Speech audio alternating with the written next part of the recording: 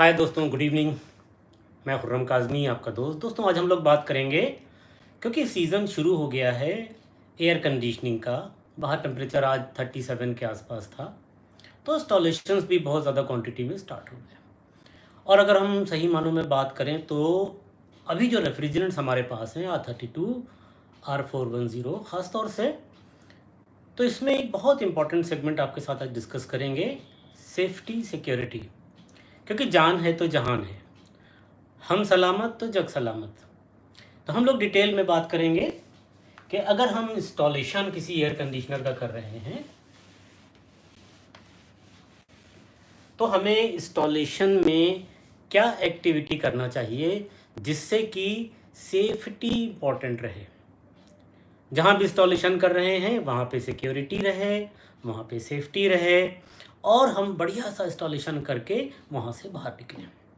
तो जब कभी भी आप इंस्टॉलेशन करने जा रहे होते हैं, कुछ बेसिक बातें करेंगे, लेकिन ज़्यादा डिटेल में बात नहीं करेंगे, क्योंकि बेसिक अभी इस वक्त हमारा सेफ्टी है।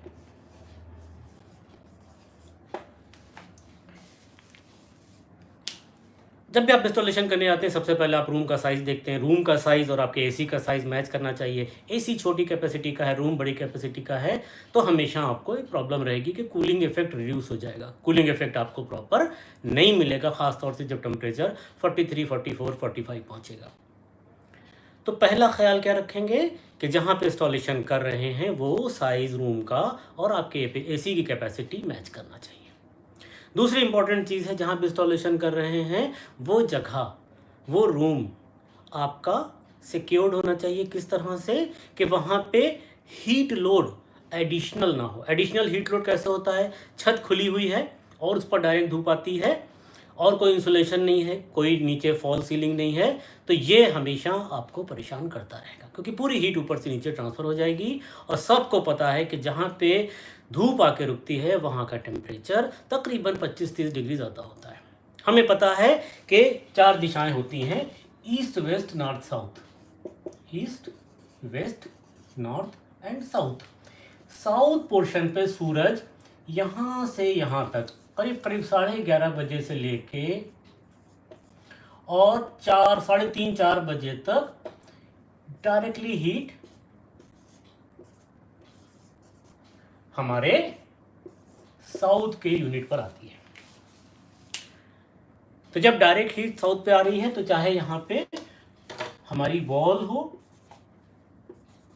या आउटडोर यूनिट रखा हो, या हमारा अगर विंडो एसी है तो उसका कंडेंसर साउथ की तरफ हो, ईस्ट, वेस्ट, नॉर्थ, साउथ, पूरब, पश्चिम, उत्तर, दक्षिण, ये सेफेस्ट है।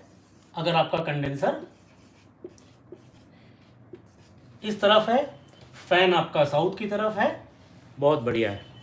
लेकिन अगर रिवर्स है, कंडेंसर आपका साउथ की तरफ है, तो पूरा हीट लोड इसको बर्दाश्त करना पड़ेगा। और शुरू में बात हो गई कि जहाँ पे धूप आके रुकती है वहाँ का टेम्परेचर 25 से 30 डिग्री ज़्यादा होता है। इसी माने जब आपकी बाइक बाहर खड़ी होती है या कार बाहर खड़ी होती है तो बोनट पे आप हाथ नहीं रख सकते, या छत के ऊपर धूप डायरेक्ट आ रही है तो आप पैर वहाँ पे नहीं रख सकते, छाला पड़ जाएगा। और छाला जो है वो 65-70 डिग्री के ऊपर ही पड़ता है।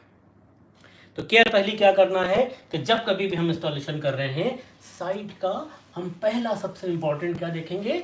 रूम साइज कैपेसिटी को मैच कर रहा है या नहीं। हम जो इंस्टॉलेशन कर रहे हैं उसमें जो रूम है उसकी छत खुली हुई है कि नहीं, ईस्ट, वेस्ट, नॉर्थ, साउथ की दीवार 4 इंच की तो नहीं है, या बड़ी खिड़की तो नहीं लगी है। तो ये बेसिक चीज़ें हम लोग बहुत केयर करेंगे। इसी तरह से जब हम इंस्टॉलेशन कर रहे हैं तो इंडोर की हाइट का भी ख्याल रखेंगे। इसका भी ख्याल रखेंगे कि हम जहाँ पे लेटे हुए हैं, हमारा बेड लगा है, एकदम उसके सर पे हम एसी कभी भी इंस्टॉल ना करें। जहाँ पे बेसिक हमको कूलिंग की रिक्वायरमेंट है, एयर कंडीशनर को हम उसी कंडीशन में इंस्टॉल करेंगे। एक सेकंड आपका लेंगे, प्लीज़ वेट कीजिएगा।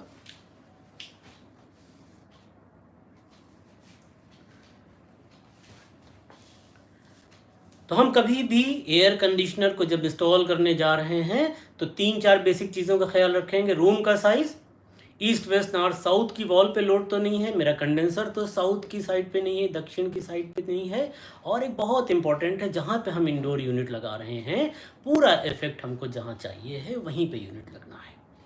कभी भी बेड के ऊपर नहीं लगाते हैं, कभी भी किसी कॉर्नर में नहीं लगाते हैं, क्योंकि एसी बेसिक 4 काम करता है। पहला, कूलिंग कंट्रोल करता है आपके रिक्वायरमेंट के हिसाब से, जो भी 24, 25, 26 डिग्री यही हमारी रिक्वायरमेंट है। दूसरा क्या करता है, ह्यूमिडिटी को कंट्रोल करता है, 50% के आसपास ह्यूमिडिटी, हवा में मौजूद पानी की मात्रा को कंट्रोल करता है, ये भी ज़रूरी है।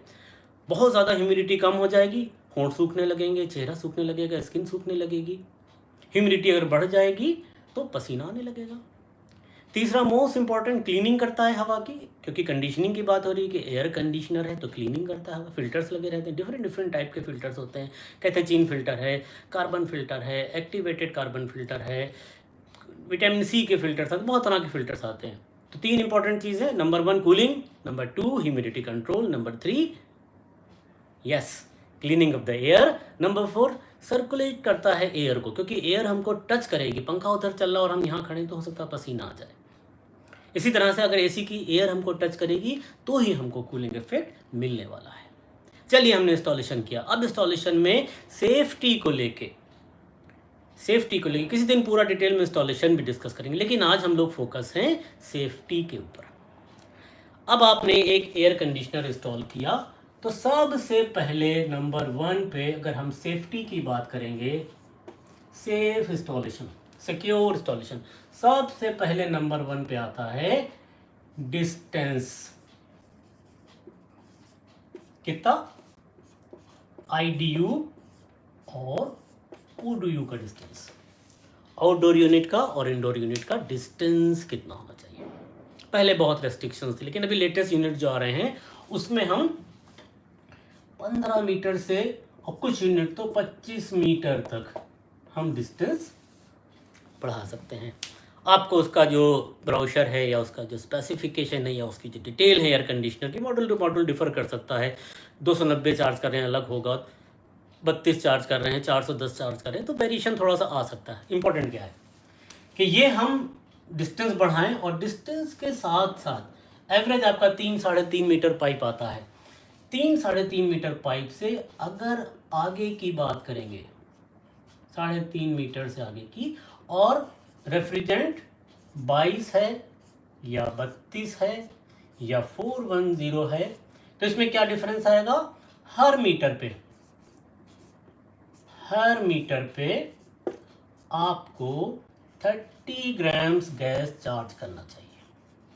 मीन्स 10 मीटर बढ़ा रहे हैं तो जो एक्चुअल चार्ज है वो 3.5 मीटर के लिए ही है। अगर बहुत बढ़ा भी देंगे तो 5 मीटर से ऊपर वो नहीं चलेगा। क्या फ़र्क पड़ेगा? जब हीट लोड बढ़ने लगेगा, टेम्परेचर 44, 45, 46 पहुँचने लगेगा, तो क्या होगा? रिटर्न कमज़ोर हो जाएगी, कंप्रेसर की हीट बढ़ जाएगी, एम्पियर बढ़ जाएंगे। तो पहला केयर क्या करना है कि हम अगर एक सर्टेन लिमिट, मतलब 3.5 मीटर जो पाइपलाइन आई है उससे आगे जा रहे हैं, तो 22, 32 और 410 के लिए आप रेफ्रिजरेंट 30 ग्राम पर मीटर ऐड करेंगे तोल के। और अगर 290 है, मतलब रेफ्रिजरेंट 290 है, तो यहाँ पे आप 8 ग्राम ऐड करेंगे। क्या? पर मीटर। 10 मीटर बढ़ा रहे हैं तो 80 ग्राम ऐड करेंगे, 5 मीटर बढ़ा रहे हैं तो 40 ग्राम ऐड करेंगे। ये एडिशन इंस्टॉलेशन के टाइम पे बहुत ज़रूरी है अगर लेंथ बढ़ा रहे हैं। बट उससे पहले और इम्पोर्टेंट चीज़ क्या है?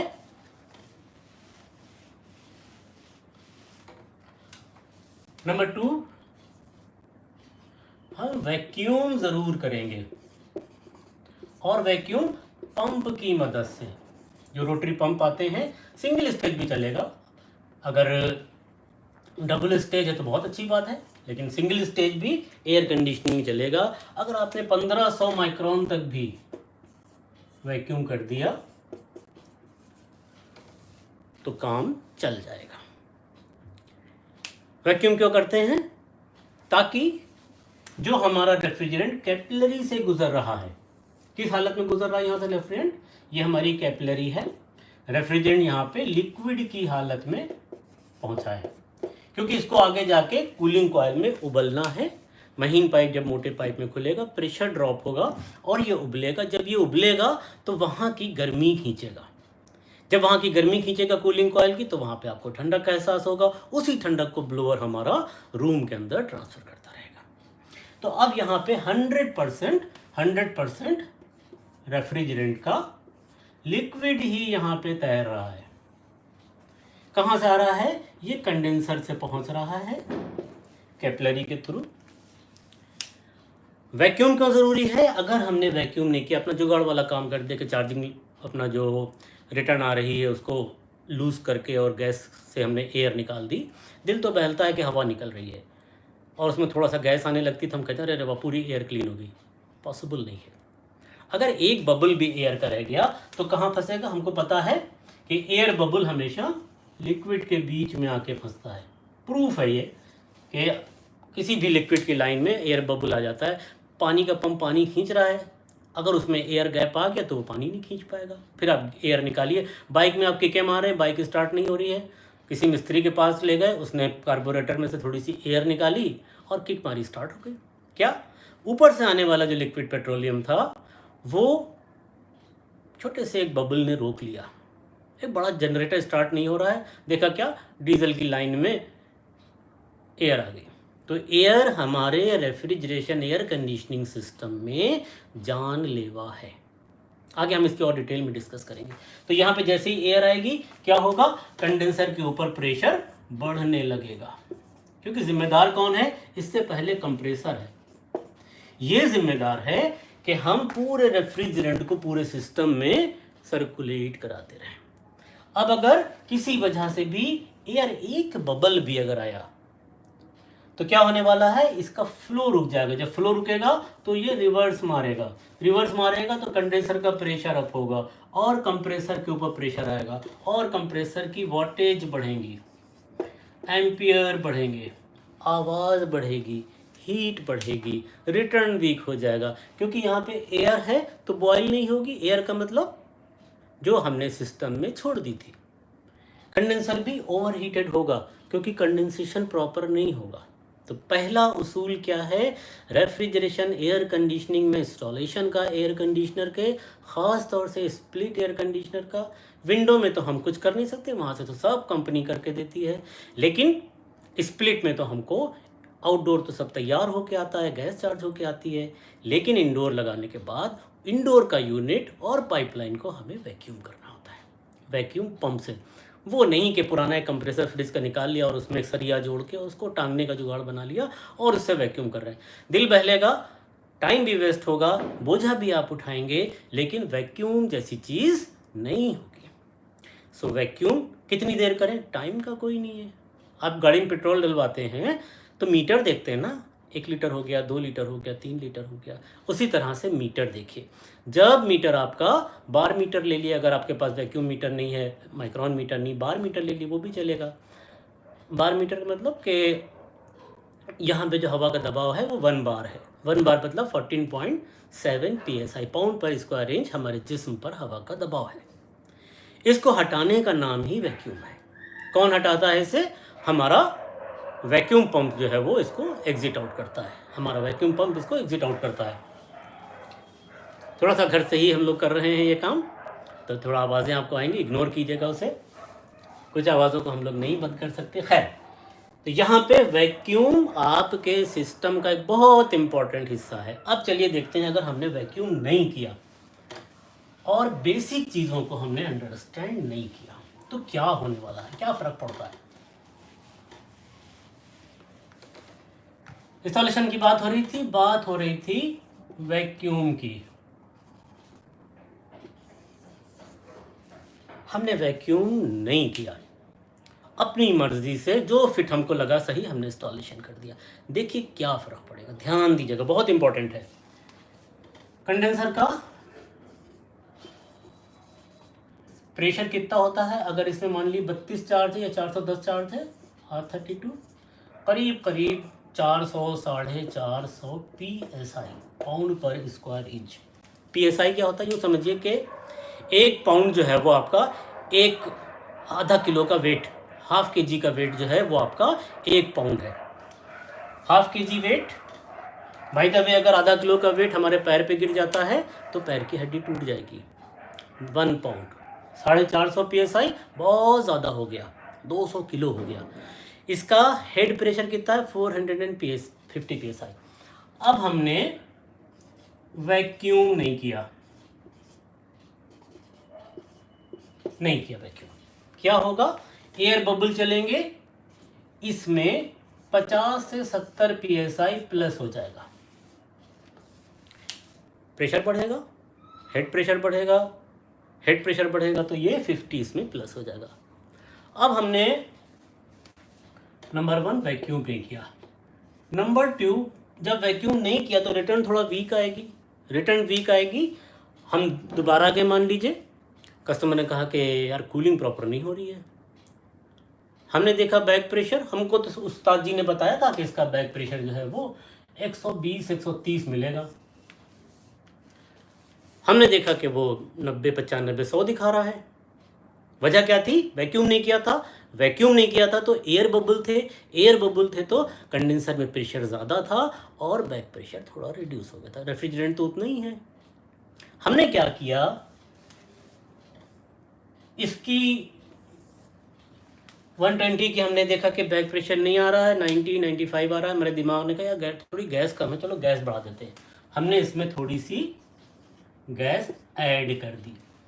जैसे ही हमने गैस ऐड करी, थोड़ी ऐड करी, आपने मान लीजिए 50 ग्राम ही ऐड करी, यहाँ पे 70 से 75 PSI आपका हेड प्रेशर और बढ़ जाएगा। वो एयर बबल तो निकाले नहीं, बैक प्रेशर को थोड़ा सा मेंटेन करने के लिए हमने उसमें 50 ग्राम थोड़ा सा 1 2 3 ट्यूब गैस चार्ज कर दी। ध्यान दीजिएगा। अब नंबर 3, डेंजर जोन में हम जब जा रहे हैं, जब हम सेफ्टी को छोड़ के डेंजर जोन में जा रहे हैं। नंबर 3, हमारा यूनिट जो था वो साउथ फेसिंग था।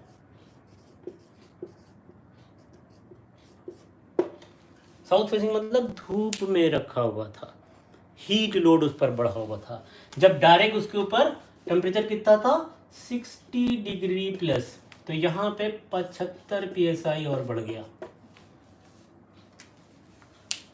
गर्म कीजिए, सिलेंडर गर्म कीजिए, एकदम सुई भागेगी। कोई भी जहाँ पे गैस चार्ज है, रेफ्रिजरेंट चार्ज है, उसको गर्म कीजिएगा, एकदम से प्रेशर राइज होता है। हमने बहुत कम राइज किया लेकिन और ज़्यादा बढ़ जाता है। अब चौथी मुश्किल क्या आई कि कंडेंसर गंदा हो गया था, या किसी ने फिन्स को प्रेस कर दिया था, डर्टी हो गया था, या अक्सर बच्चे ऊपर छत पे खेल रहे हैं, आपने ऊपर इंस्टॉलेशन कर दिया और वहाँ बच्चों ने कंडेंसर की फिन्स को, या बाहर की तरफ मशीन लगी कंडेंसर की फिन्स को किसी ने दबा दिया, या गंदा हो गया। जब गंदा होगा कंडेंसर, टेम्परेचर राइज होगा और प्रेशर बढ़ जाएगा 50 PSI के आसपास। कहाँ पहुँचे हम? 5 और 5 10 का 0 हासिल लगा 1, 5 5 10, 7 17, 7 25 और 1 26 हासिल लगी 2, 660 PSI आपके कंप्रेसर का प्रेशर हो गया। कितना होना चाहिए? 400, 450, 390, 410, इसी के आसपास वेरी करता। कितना बढ़ गया? 660 PSI हो गया। अब क्या हो सकता है? अगर हमने गलती से इसमें और गैस चार्ज कर दी तो अब ये 100% डेंजर जोन में आ गया। क्या हो सकता है? ब्लास्ट हो सकता है। क्या केयर करना है? हमेशा मशीन को प्रॉपर वैक्यूम करना है, बिना टेस्टिंग के कभी भी गैस आपको चार्ज नहीं करना है। आपको तो आइडिया है ना कि अगर लेस गैस है तो क्या फ़र्क पड़ेगा। पार्शियल चोक मतलब कैपिलरी में गंदगी आ गई है या एयर बबल चोक कर रहा है, कैपिलरी में गंदगी आ गई है या एयर बबल चोक कर रहा है, पहली चीज़ इसको हम लोग पार्शियल चोक बोलेंगे। गैस थोड़ी कम हो गई है, लेस गैस। यहाँ पे हम लेस गैस को अंडरस्टैंड कर रहे हैं कि लेस गैस है और हमने थोड़ी गैस चार्ज कर दी, नहीं करिए कभी भी। लेस गैस का बहुत क्लियर इंडिकेशन है। हीट जो है वो स्ट्रेनर के पास से, जो फिल्टर होता है उसके पास से पीछे की तरफ बढ़ना शुरू हो जाएगी, कम होना शुरू हो जाएगी। नॉर्मली ऊपर की हीट और लास्ट वाले कॉइल की हीट, ऊपर के 2 कॉइल, लास्ट के 2 कॉइल, तकरीबन 4 से 6 डिग्री का डिफरेंस होता है। मतलब ऊपर 62 डिग्री के आसपास गर्म होगा तो नीचे आते आते 56, 57, 58 डिग्री के आसपास होगा। लेकिन ऊपर जो है वो 65, 70 डिग्री गर्म है और नीचे आते आते 10, 12 डिग्री का हो गया। 100% ये पार्शियल चोकिंग है। तो बहुत क्लियर रखिएगा, पार्शियल चोकिंग, कंडेंसर ऊपर आग की तरह जल रहा है, नीचे आके ठंडा हो गया, पार्शियल चोकिंग। इसमें कभी भी गैस चार्ज करेंगे हमेशा डेंजर जोन में आप चले जाने वाले हैं। क्लियर है ना? ऊपर नॉर्मल गर्म है, नीचे आते आते ठंडा हो गया। अब यहाँ पे कह सकते हैं कि गैस कम है। फिर भी बैक प्रेशर देखिए, पूरा जज कीजिए, एम्पियर देखिए कितने एम्पियर ले रही है मशीन। गैस अगर हमारी चोक होगी, एम्पियर में बहुत फर्क नहीं पड़ेगा, पार्शियल चोक, थोड़ा चोक। गैस कम होगी, उसी हिसाब से एम्पियर रिड्यूस होने, रिटर्न जो है वो वीक होगी। कभी भी टॉप अप के चक्कर में मत रहिए, कंफर्म कीजिए। अगर गैस कम है तो आप 20, 25, 30 ग्राम, 40 ग्राम तक टॉप अप कर सकते हैं। आधा किलो गैस निकल गई, हमेशा पूरी गैस निकालिए, चेक कीजिए कि क्यों निकली है, कहाँ से लीकेज था, तब उसको दोबारा से रिफिल कीजिए वैक्यूम करके। तो टॉप अप कोई बहुत अच्छी बात नहीं है, बहुत रेयरली थोड़ा सा टॉप अप करने की ज़रूरत पड़ती है। लेकिन अगर आप 200, 250, 300 ग्राम टॉप अप कर रहे हैं, डेंजर जोन में है, नुकसानात हो सकते हैं। तो कितनी चीज़ें हम लोगों की क्लियर हुई। एक, हम जाते हैं, कस्टमर कह रहा है कूलिंग कम हो रही है, हम आउटडोर के पास जाते हैं, सबसे पहले क्या देखेंगे, बैक प्रेशर क्या है, एम्पियर क्या है, हीट कितनी जनरेट कर रहा है, साउथ फेसिंग तो नहीं है, कंडेंसर तो नहीं गंदा हो गया है, कोई पाइपलाइन तो पिंच नहीं है, कैपलरी तो नहीं कहीं दब गई है। ये बेसिक चीज़ें हमको चेक करना ज़रूरी है। जाते ही धड़ से अपना चार्जिंग लाइन निकाली, सिलेंडर निकाला, उल्टा किया, सीधा किया और थोड़ी सी गैस चार्ज कर दी, आप डेंजर जोन में आ जाएंगे। तो सेफ्टी को हम कभी, सिक्योरिटी को हम कभी भी इग्नोर नहीं करेंगे। उम्मीद है क्लियर होगा आपको। तो यहाँ पे कुछ चीज़ें हम लोग और डिस्कस करेंगे। जब कभी भी इंस्टॉलेशन के लिए जा रहे हैं, तो हमेशा आप जो आउटडोर है, हमारा जो आउटडोर यूनिट है, इसका ऊपर का कवर हटाइए।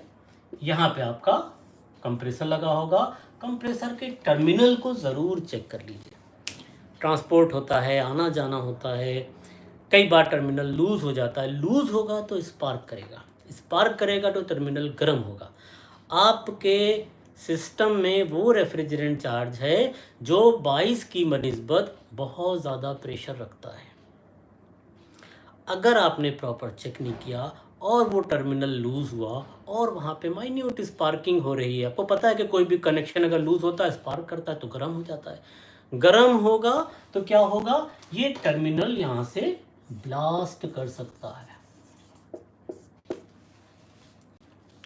चलते चलते ब्लास्ट कर सकता है। क्यों? क्योंकि ये टर्मिनल जो होता है, इसमें कट लगा के और इसके अंदर ये टर्मिनल को फिक्स किया जाता है, चारों तरफ से इसको वेल्ड किया जाता है, या कोई भी तरकीब अपनाते हो। तो हम हमेशा जब इंस्टॉलेशन कर रहे हैं, कवर हटाइए, ज़रूरी भी होता है। आपने आउटडोर इंडोर सब लगा दिया, वैक्यूम कर दिया, फाइनली कवर हटाइए। कवर हटा के अंदर की पाइपलाइन को देखिए प्रॉपर बैलेंस है कि नहीं, कनेक्शन सारे लगे हैं, कोई तार तो नहीं निकला हुआ है, जैक प्रॉपरली लगा हुआ है, कनेक्टिविटी प्रॉपर है। तो जब ये सारा करेंगे तो फिर 100% श्योर है कि अगर हमने प्रॉपर वैक्यूम किया है, अगर हमने दूरी का ख्याल रखा है, जितनी एक्स्ट्रा गैस चार्ज करना थी चार्ज करी है, यूनिट को प्रॉपर स्टेबल जगह पे लगाया, ईंटों पे रख के नहीं आना है। अगर ईंटों पे रखा है तो ये ठोकू भाई मिस्त्री हैं, ये हमारे स्मार्ट इंजीनियर नहीं है। स्टैंड पे रखिए, अगर अपने वॉल में स्टैंड लगाया उसको भी अच्छे बटन्स को यूज़ कीजिए। उसके अंदर जो हम लोग फास्टनर्स यूज़ करते हैं, हमेशा हेवी स्टैंड यूज़ कीजिए।